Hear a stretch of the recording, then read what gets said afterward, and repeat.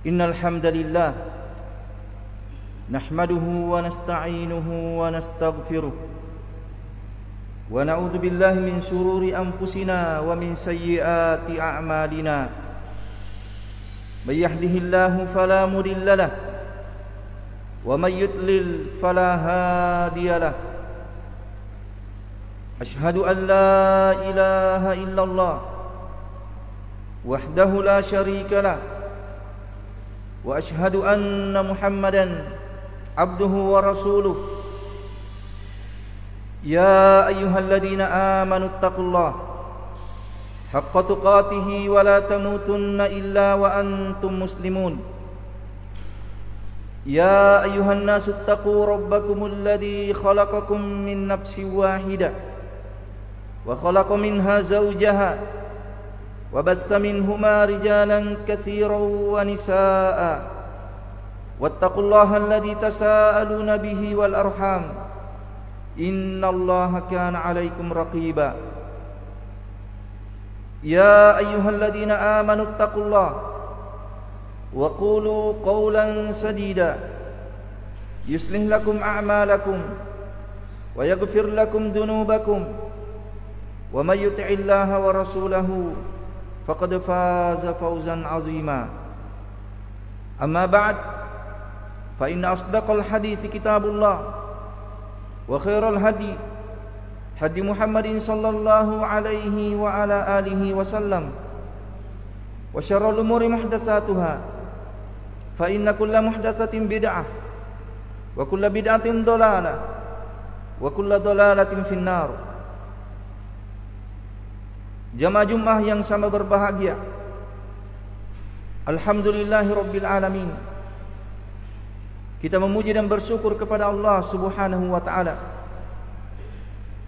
Zat yang maha terpuji, yang memiliki nama-nama yang sangat indah, yang sangat agung, sifat-sifat yang sangat mulia, yang sangat tinggi. Laisa kamitslihi syai' wa huwas samiul basir, yang tidak ada yang semisal dengannya dan dialah yang maha mendengar lagi maha melihat. Kita juga memuji dan bersyukur kepada Allah Subhanahu wa taala atas limpahan rahmat dan karunia-Nya yang begitu banyak kepada kita, sehingga di hari yang mulia ini dengan kasih sayang dan rahmat-Nya kita bisa datang di tempat yang mulia ini melaksanakan sebuah ibadah yang sangat agung, salat Jumat secara berjamaah. Salam dan salawat kepada Nabi kita Muhammad sallallahu alaihi wasallam, Nabi yang merupakan uswatun hasanah, panutan yang sangat baik atau panutan yang terbaik, Nabi yang senantiasa kita muliakan, kita agungkan sesuai dengan kedudukannya, yang senantiasa kita ikuti syariatnya, yang senantiasa kita tolong dan perjuangkan agamanya. Mudah-mudahan kita semua di hari kemudian nanti diakui oleh Rasulullah sallallahu alaihi wasallam sebagai pengikutnya. Saya berwasiat kepada diri saya dan kepada seluruh jamaah dengan wasiat takwa. Ittaqullah haqqa tuqatih wa la tamutunna illa wa antum muslimun. Jamaah Jumat yang sama berbahagia, diriwayatkan oleh Imam Ibn Hibban dan juga Al-Hakim, dan beliau mensahihkan hadis ini dari sahabat Abi Sa'id Al-Khudri radhiyallahu taala anin Nabi sallallahu alaihi wasallam, bahwasanya beliau bersabda, qala Musa ya Rabbi allimni syai'an adkuruka wa ad'uka bihi. Qal ya Musa la ilaha illallah. Qala ya Rabbi, kullu ibadika yaquluna hadha.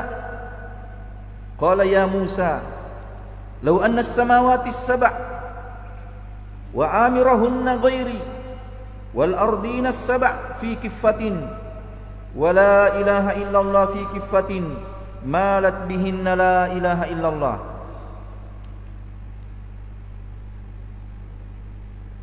Dari sahabat Abi Sa'id Al-Khudri radhiyallahu taala an, dari Nabi sallallahu alaihi wasallam, beliau bersabda bahwasanya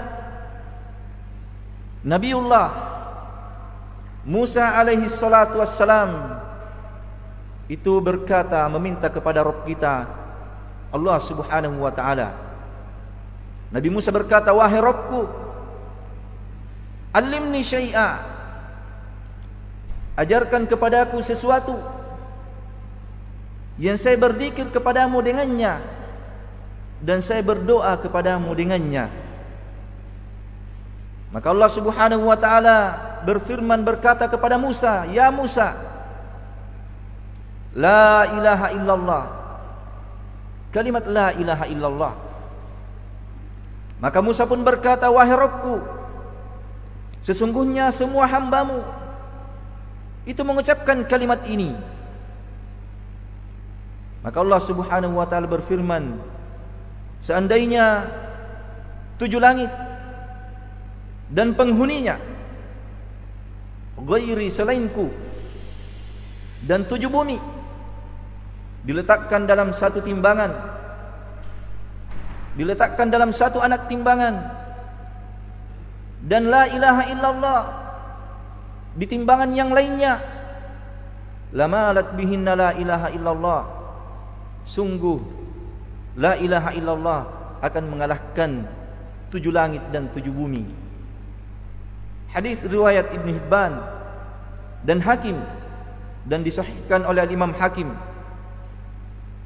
Walaupun sebagian ulama kita memandang hadis ini adalah hadis yang lemah, akan tetapi datang dalam riwayat-riwayat yang lainnya yang akan kita sebutkan nanti yang menguatkan makna yang terkandung di dalam hadis ini.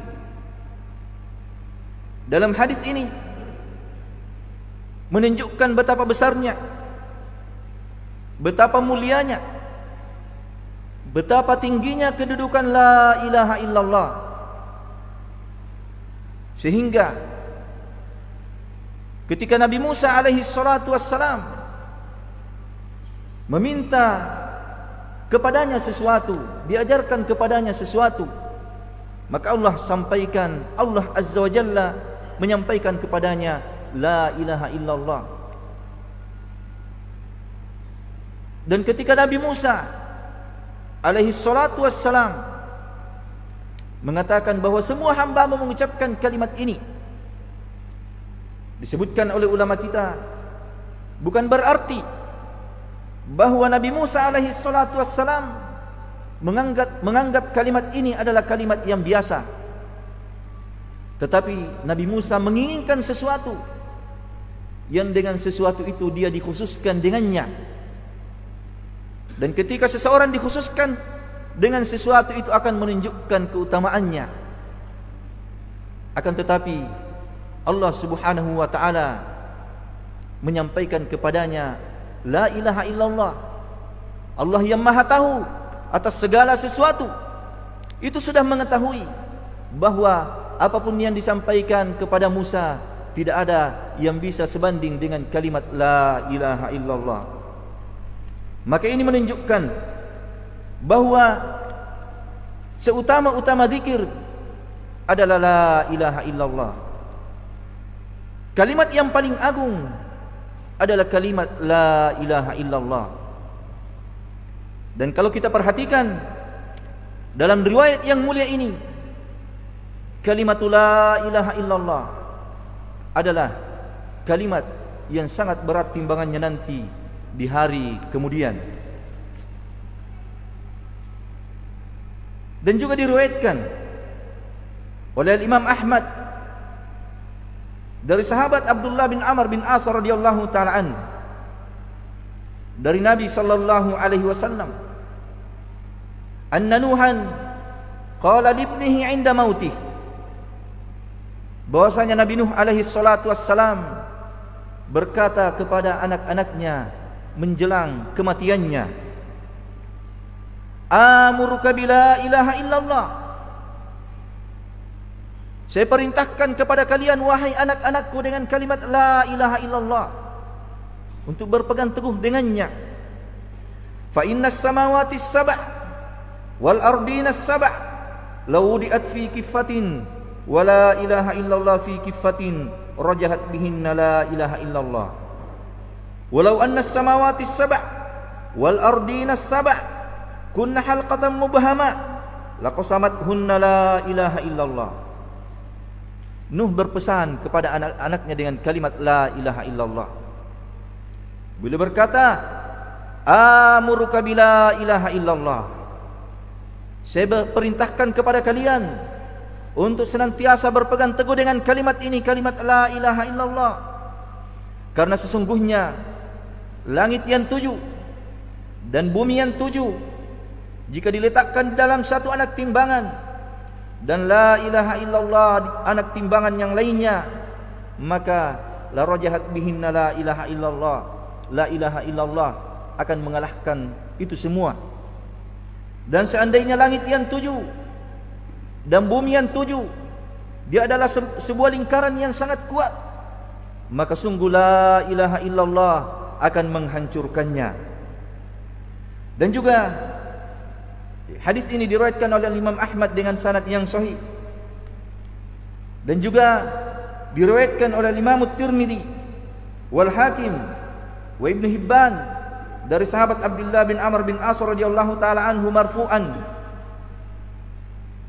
dari Nabi sallallahu alaihi wasallam, beliau berkata, yusahu bi rajulin min ummati ala ru'usil khalaiq yaumal qiyamah, akan dipanggil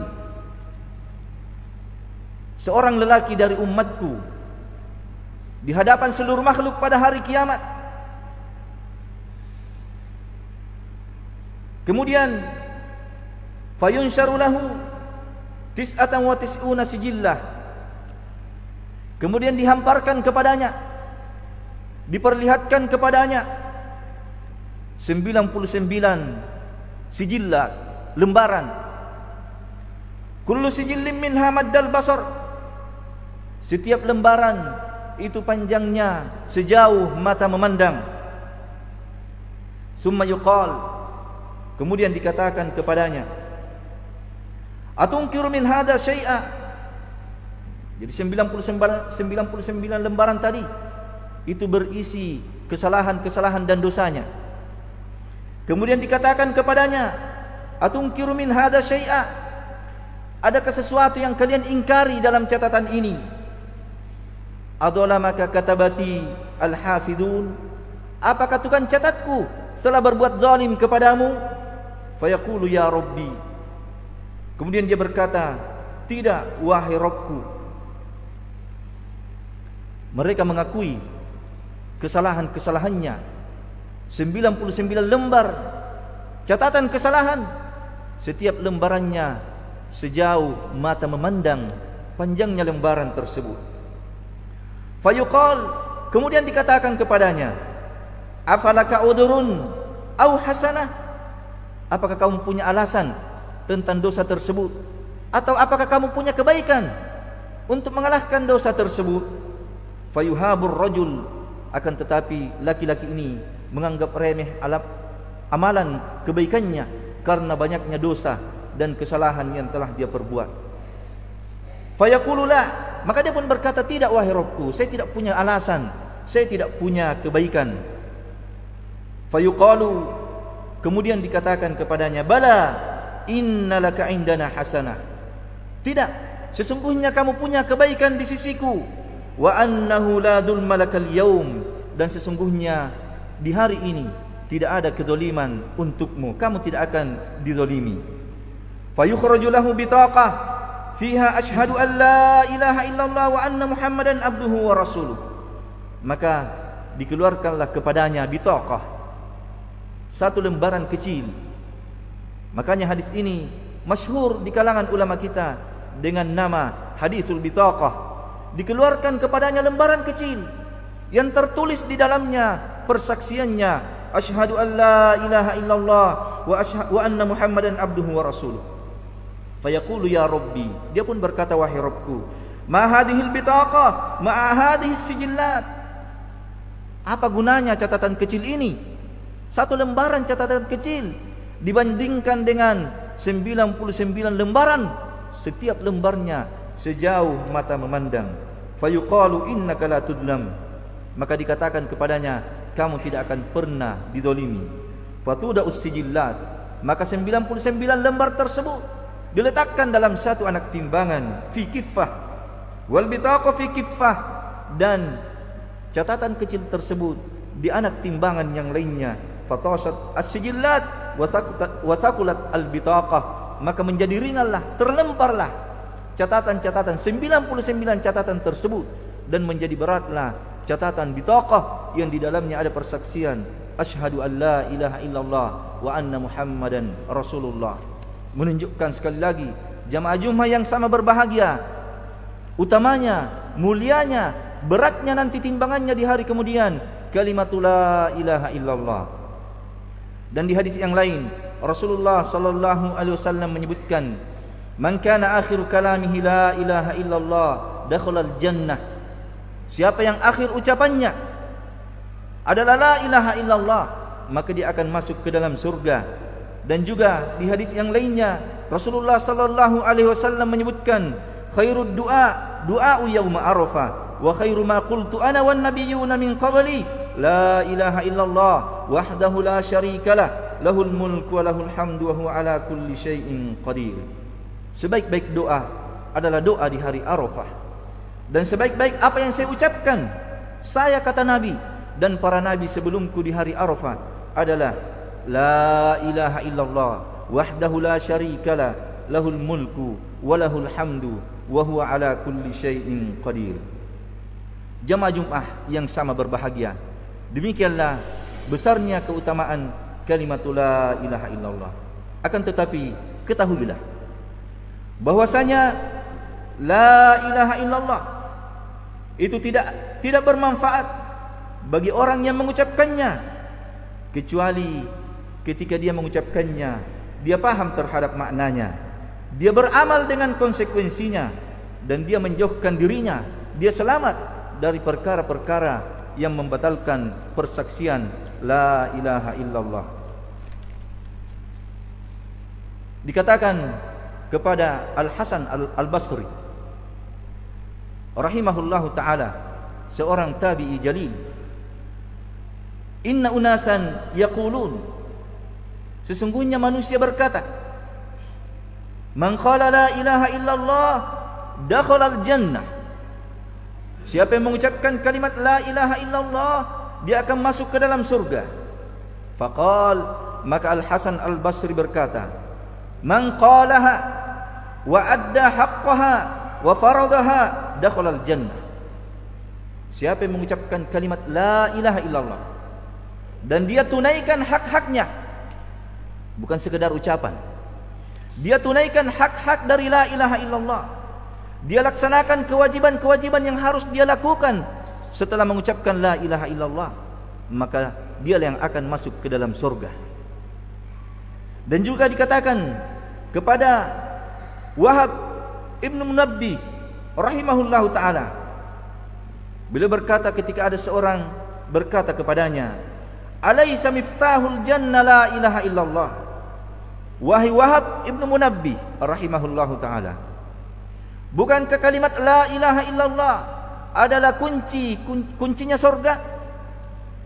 Maka beliau pun berkata, bala, benar, walakin ma min miftahin illa walahu asnan, akan tetapi tidak ada satu kunci pun kecuali pasti mempunyai gigi-gigi.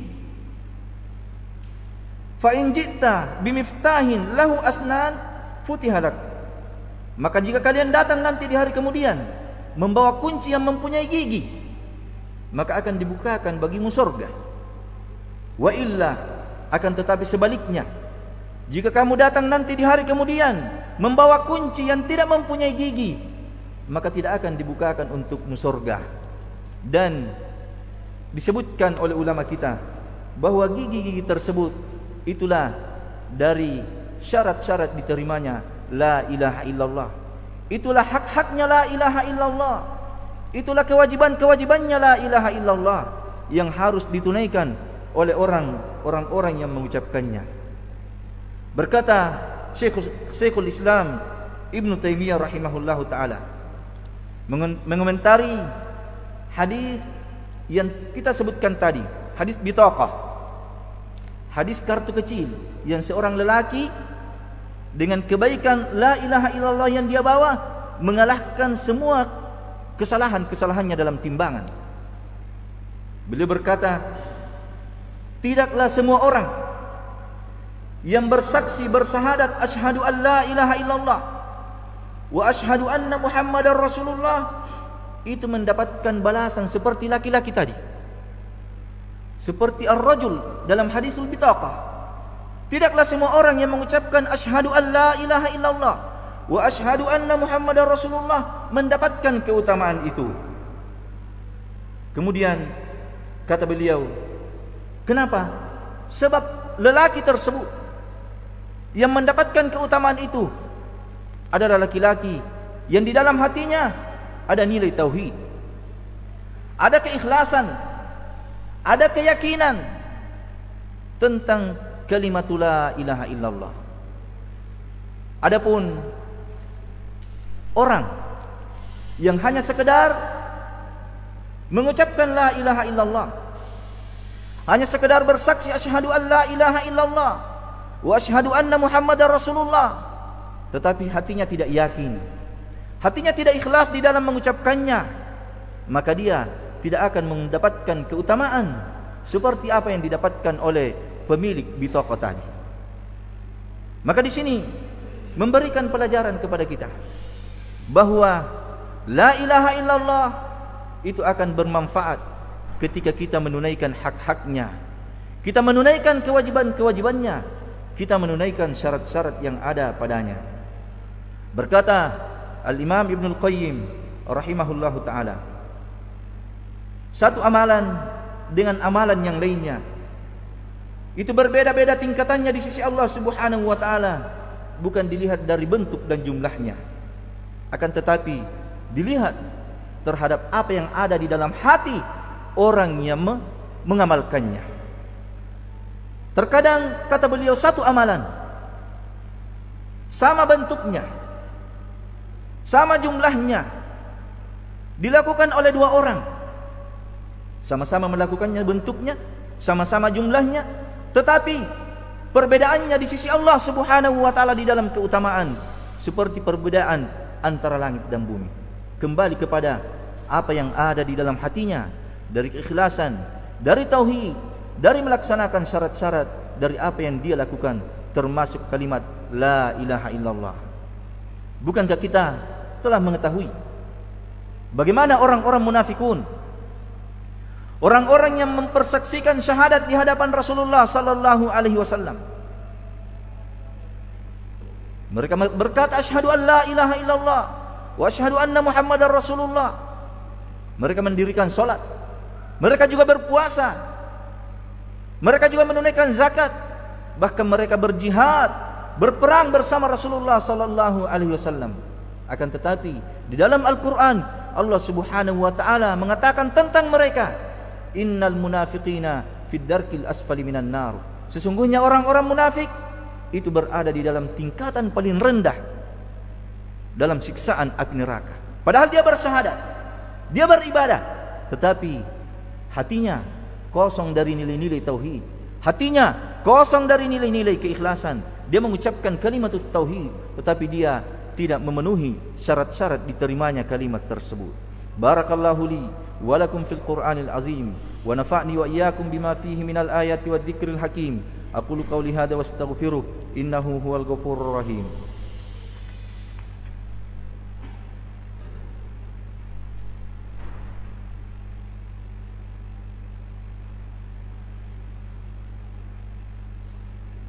Alhamdulillahi Rabbil Alamin, hamdan katsiran tayyiban mubarakan fih, kama yuhibbu Rabbuna wa yardah.